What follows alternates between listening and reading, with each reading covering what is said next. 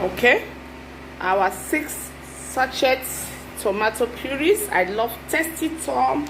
I love tasty tom.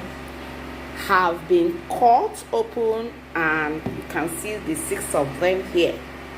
Someone was once asked me, why do I do that? I said because you will see when I open the stew pot how sizzling hot this is, and all this will be bubbling out, pouring. So you can't afford to be opening them one after the other and pouring that inside.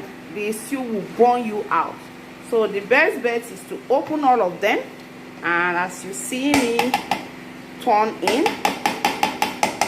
you minimize the splashing. Just do it in one bit, and you stir with your wooden spatula. I have some onion bulbs inside. I love to leave some onion bulbs inside in addition with my chopped onions.